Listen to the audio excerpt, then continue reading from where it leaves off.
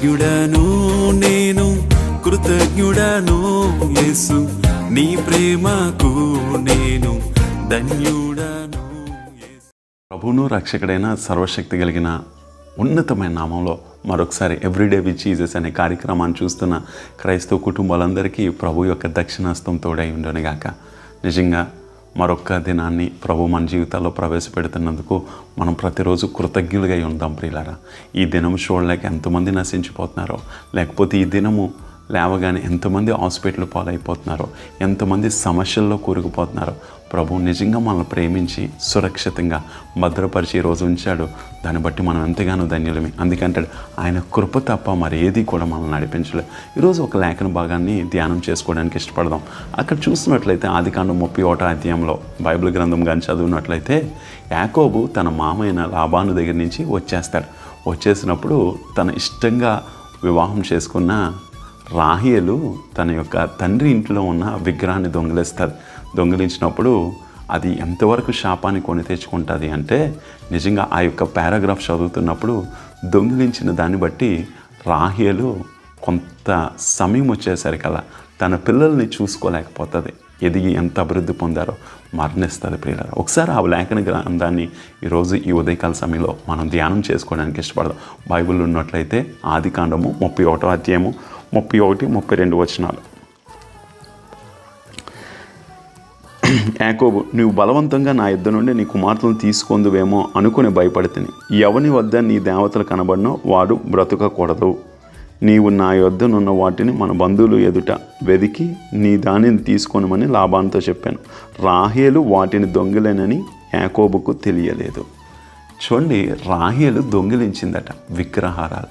ఈరోజు దొంగిలిస్తున్నాం మనం కూడా. విగ్రహం ఏంటి తెలుసా? ధనము మనకు విగ్రహం అయిపోయింది, సమయం విగ్రహం అయిపోయింది. దేవుడే ఇచ్చాడు నీకు ధనాన్ని, దేవుడే ఇచ్చాడు సమయాన్ని, దేవుడే ఇచ్చాడు ఉద్యోగాన్ని, దేవుడే ఇచ్చాడు పిల్లల్ని. ఇవన్నీ కూడా నీకు విగ్రహాలు అయిపోయాయి. ఎందుకు దొంగిలిస్తాం? వాటిని దొంగిలించడం వల్ల ఏమవుతుందో తెలుసా? రాహేలు చనిపోయిందట. నిజంగా యోసేపు ఎదగడం చూడలేదు, తన కుమారులు ఎదగడం అభివృద్ధి పొందడం చూడలేదు. తను ఎప్పుడైతే తన యొక్క సొంత గ్రామానికి వస్తాడో, సొంత ప్రాంతానికి ఎప్పుడైతే యాకోబు అడుగుపెట్టిన కొన్ని రోజులకి రాహేలు చనిపోద్ది. ఈరోజు ఒకసారి గమనిద్దాం ప్రియులారా. ఈరోజు గుర్తెరుగుదాం, దొంగిలించి తెచ్చుకున్నావు, దాన్ని బట్టి నువ్వు మరణించావు కదా. ఈరోజు దొంగిలించింది చాలా తీయగా అనిపిస్తుందేమో, కానీ అది నీకు ఏమాత్రం కూడా ఆశీర్వాదం కాదు. దేవునికి ఇవ్వాల్సిన సమయాన్ని నువ్వు దొంగిలించావా, దాన్ని బట్టి నీ ఆత్మీయ జీవితం చచ్చిపోద్ది. నువ్వు దేవునికి ఇవ్వాల్సిన ధనము దొంగిలించావా, దాన్ని బట్టి నువ్వు అనేకమైన ఆర్థిక ఇబ్బందులు ఎదుర్కొంటావు. లేకపోతే దేవుడు నీకు ఇచ్చిన తలాంతుల్ని దొంగిలించేస్తున్నావా? నాకు సమయం లేదు, నేను దేవుని పనిలో పాల్గొలేను, ఆదివారం సంఘారాధనకి ఏదో వచ్చాను, నేను వెళ్ళిపోతాను, లేకపోతే నేను రోజు ఉదయాన్ని ప్రార్థన చేయలేను, ప్రభువుకి ఇష్టకరంగా బ్రతకలేను, నాకు ఎక్కడ సమయం ఉందని ఇలాంటి నువ్వు అనేకమైన ఎక్స్క్యూజెస్ చెప్తున్నావేమో, కుంటి సాకులు చెప్పి దొంగిలించేస్తున్నావేమో నీ సమయాన్ని, నీ బలాన్ని, నీ తలాంతుల్ని. గుర్తుంచుకో, దేవుడు నీతోటే మాట్లాడతాను. నువ్వు దొంగిలించింది ఏదైనా అది నీకు ఆశీర్వాదకరం కాదు. అందుకంటాడు, యెహోవా ఇచ్చాను, యెహోవా తీసుకొని నేను యోబు చెప్తాడు. యోబు అన్నీ కోల్పోయినా ప్రభా నువ్వే ఇచ్చావు, నువ్వే తీసుకున్నావు. ఈరోజు నువ్వు ఏమీ దొంగిలించుకో. ఈ కొత్త సంవత్సరంలో 2025లో ఇంకా జనవరి నెలలోనే ఉన్నామా, ఒక మంచి తీర్మానం తీసుకో. ప్రభా ఈరోజు నుంచి నా సమయాన్ని కానీ, ధనాన్ని కానీ, నా తలాంతులు కానీ, నా బలాన్ని కానీ, నా కుటుంబాన్ని నీకు దూరంగా ఉండి దొంగిలించినయ్యా, ఎప్పుడూ నీకు ఉపయోగపడే పాత్రగా ఉంటాను అని నువ్వు అనుకోగలిగితే నిన్ను, నీ కుటుంబాన్ని దేవుడు దీవిస్తాడు ప్రియులారా. అందుకంటాడుగా, దేవుడు ధారాళంగా ఇచ్చేవాడిని ప్రేమిస్తాడు. అందుకన్నారు కదా, ఆయన ఏం చేస్తాడు తెలుసా? ఆయన ఉత్సాహంగా ఇచ్చేవాడిని ప్రేమించిన దేవుని వాక్యం చెప్తుంది. అందుకని ఈరోజు గుర్తుందాం, ఈరోజు దేవుని యొక్క మాటలను జ్ఞాపకం చేసుకొని ఏమీ దొంగిలించదు. నువ్వేది దొంగిలించినా అది నీ ఆత్మీయ జీవితాన్ని చంపేస్తుంది. నువ్వు ఏది దొంగిలించినా, ఏది దాచుకొని ఏదో దేవునికి చెప్దామనుకుంటున్నావేమో అది నీకు నాశనమే. ఒక మాట చెప్పి నేను ముగించేస్తాను. అననీయ సఫేరా అపోస్తల కార్యం 5వ అధ్యాయంలో ఏం జరిగింది? ఎంతకు అమ్మారు అంటే వాళ్ళు కొంత దాచుకొని మేము ఎంతకే అమ్మామన్నారు. ఇద్దరు చనిపోలేదా? ఈరోజు దొంగిలించుకో. దేవునికి సమస్తము తెలుసు.